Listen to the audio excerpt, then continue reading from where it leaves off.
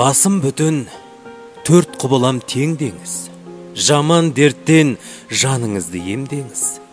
Біз күткендей болмады деп кейде көпірлікке барамыз-ау демдеміз. Нәпсіңізге билік жасап бір сәтке бұл өмірдің бақыттысы мен деңіз. Жалған дүние әлде айтар өтірік, ертегісі естарбайды, сенбеңіз. Басыңыздан қарша бұрап сынақтар, сабырыңыз сыналады.